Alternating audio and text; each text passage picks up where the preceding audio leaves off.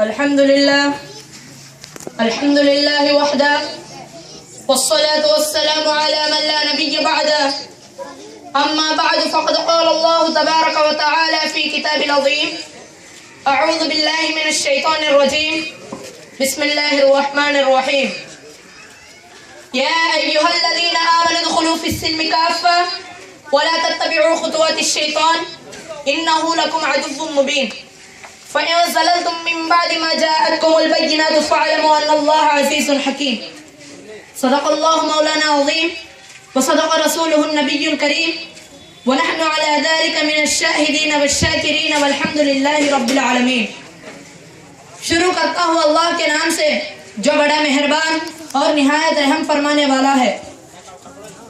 اے ایمان والو، تم پورے کے پورے اسلام میں داخل ہو جاؤ اور شیطان کی پیروی نہ کرو، کیونکہ وہ تمہارا کھلا دشمن ہے.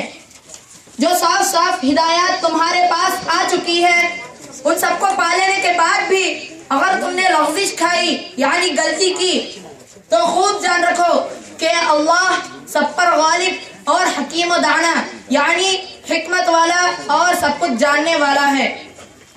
محترم سامعین کرام، میں بھی جو آیت آپ کے سامنے تلاوت کیا ہوں اس میں اللہ تعالیٰ فرماتا ہے کہ اے ایمان والو، تم پورے کے پورے اسلام میں داخل ہو جاؤ. اس کا مطلب یہ ہے کہ ہماری پوری زندگی، بچپن ہو یا جوانی یا بڑھاپا، امیر ہو یا غریب، صحت مند ہو یا کمزور، ہر حال میں اللہ کے احکام کو ماننا ضروری ہے. ایسا نہ ہو کہ بڑھاپے میں اللہ کی بندگی اور جوانی میں خواہشات کی پیروی، غریبی آئے تو اللہ کو یاد کرو اور امیری آئے تو عیش کی زندگی گزارو.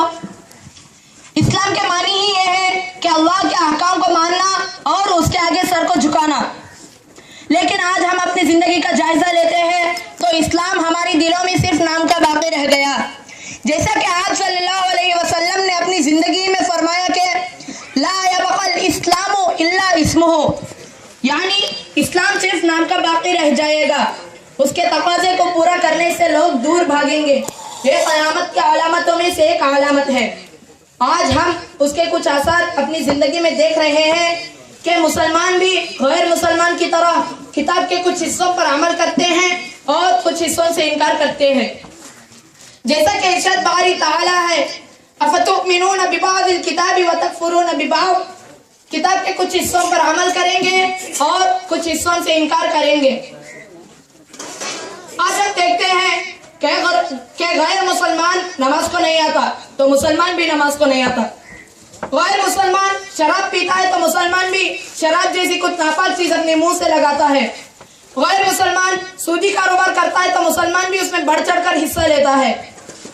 حضرات گرامی، ادخلوا فی السلم کافہ کا مطلب یہ ہے کہ اسلام نے جن احکام کو بیان کیا ہے اس کو ماننا اور جن احکام کو جن باتوں سے روکا ہے اس کو اپنے آپ سے بچانا.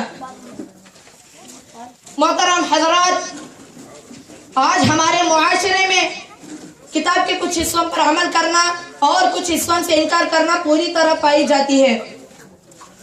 جیسا کہ ہم کہتے ہیں میٹھا کھانا سنت ہے، دعوت قبول کرنا سنت ہے، اور کچھ باتوں کو ہم سنت اور پیارے رسول صلی اللہ علیہ وسلم کی طریقہ مانتے ہیں.